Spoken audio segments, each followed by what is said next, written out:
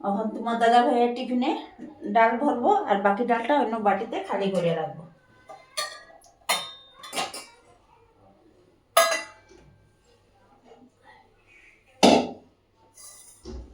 তোমরা সবাই ভাবছো কি ডাল এত অল্প রান্না করছি, কেন অল্প রান্না করছি? সকালের মাছ তরকারি আছে, পুরো মানে মাছ তরকারি হয়ে যাবে। ডাল তোমার দাদা ভাইয়ের আর আমার। তো এই যে ডাল টিফিনে ঢালিয়ে দিচ্ছি।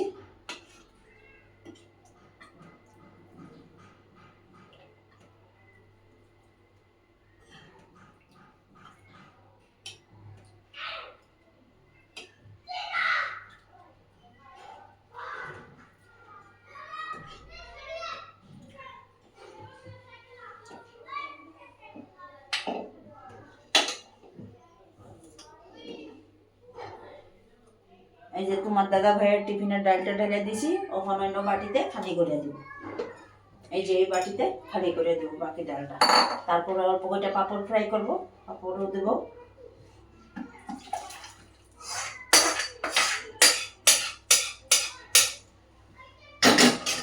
এই যে ডালটুকু খালি করে নিছি।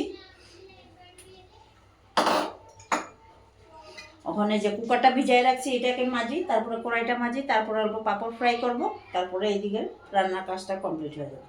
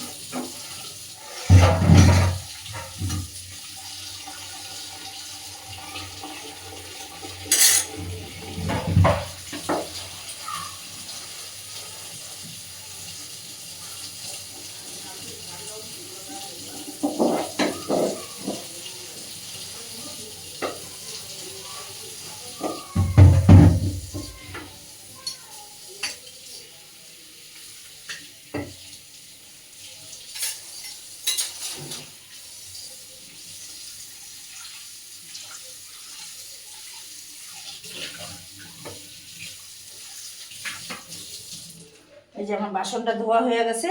এখন আমি ওইটা পাঁপড় ফ্রাই করব, ওইটার জন্য আমি এই ফ্রাই প্যান নিব। এই ফ্রাই প্যানে ফ্রাই করব।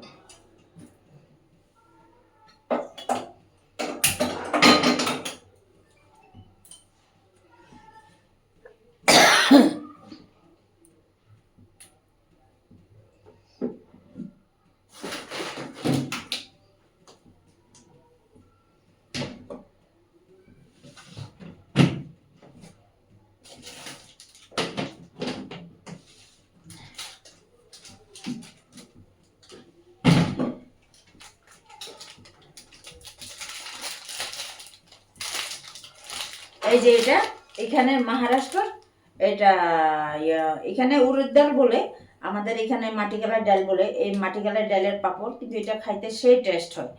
তার জন্য আমি সবসময় এটাই আনি, আর এটা বেশি দামও না। এখানের মধ্যে মোটামুটি 40 পিস থাকে, 30 টাকা করে আনে। আমি এই প্যাকেটটাই বেশিরভাগ আনি। মোটামুটি আমার মাসে 7-8 প্যাকেট আনলে হয়ে যায়। তা আমি এই পাঁপড়টা এখন ফ্রাই করবো তোমাদের ভাইয়ের টিফিনে দেওয়ার জন্য।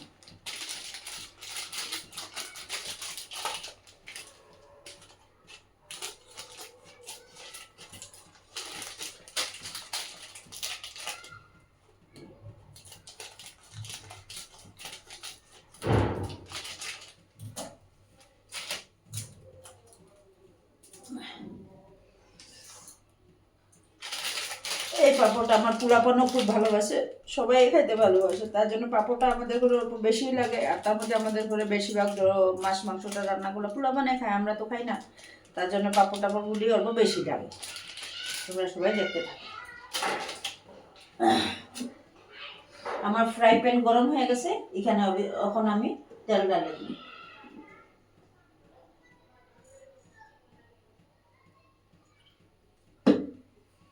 আমি তেলটা জগে রাখি কেন, আমাদের ঘরে আমি তেল 1 লিটার 2 লিটার করিয়া কখনো কিনে আনি না, আমি সবসময় টিন আনি। 1 টিন আনলে মোটামুটি আমার ঠাকুরের কাছে দেওয়া হয়, তার জন্য আমার মাসে 2 মাস কি 2.5 মাস যায় 1 টিন তেলে। তার জন্য বোতলে তো আর ঢালা যাবে না, তার জন্য এই জগে সবসময় তেল ঢালি আর জগের মধ্যেই তেল রাখি। এই যে ফ্রাই প্যান বসায় দিছি, এখন পাঁপড়টা ফ্রাই করব। এই চিমটাটা নেই, এই টুকরিতে রাখবো, তাহলে তেলটাও ঝরে যাবে। সাথে এই প্লেটটা নেব টুকরির নিচে রাখার জন্য। এই যে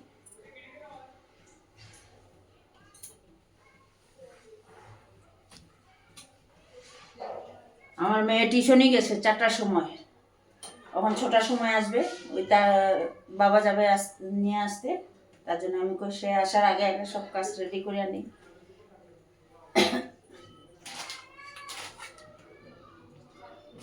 তেল গরম হয়ে গেছে,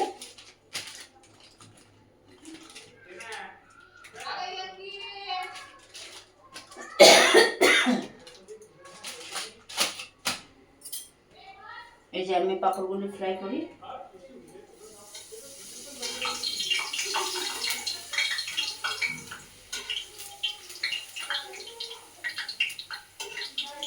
সেই ঠান্ডা পড়ছে এইখানে, ঠান্ডার পর থেকে মানে কাজ করতে বহুত কষ্ট, একদম মানে সেই ঠান্ডা। আর খালি পড়ছে তো মানে পাও দেওয়াই যাচ্ছে না, আমি তো 24 ঘন্টা সক্স পিন্ধিয়া থাকি, ওটা দিয়েই চলি, নাহলে চলা বহুত মুশকিল। আর ঘরের ভিতরে তো চপ্পল পরিয়া কাজ করা যাবে না, তার জন্য ওই সক্স পরিয়েই থাকি।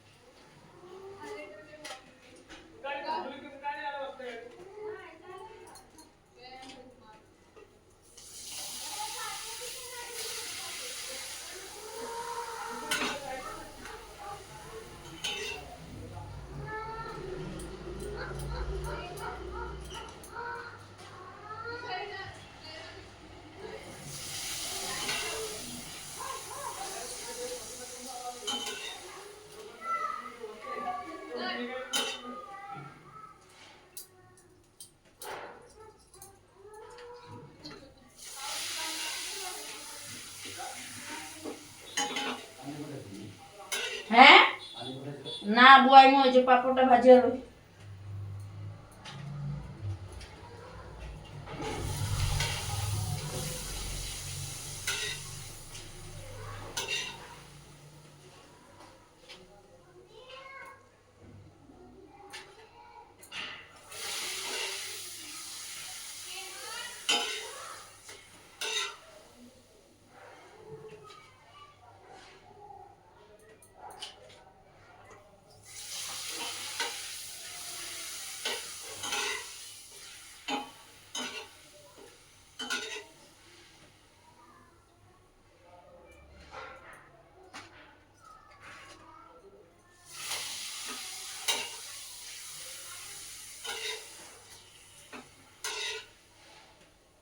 এই যে আমার পাপড় ফ্রাই করা কমপ্লিট হয়ে গেছে, ওখানে এখানে জল বসাবো, তোমার দাদাভাই স্নান করবে, গরম জল বসাবো।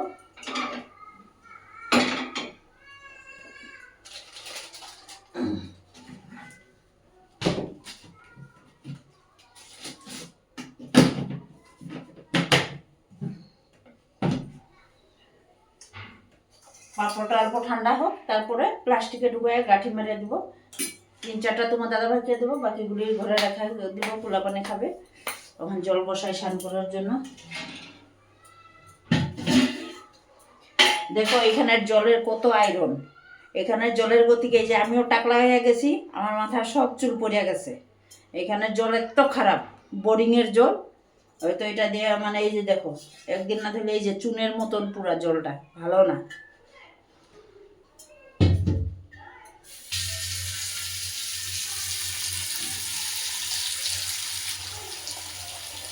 তোমার দাদা ভাইয়ের জন্য ছানের জল বসাবো, তারপরে এই তো ঝাড়ু মারবো। তোমরা সবাই দেখতে থাকো।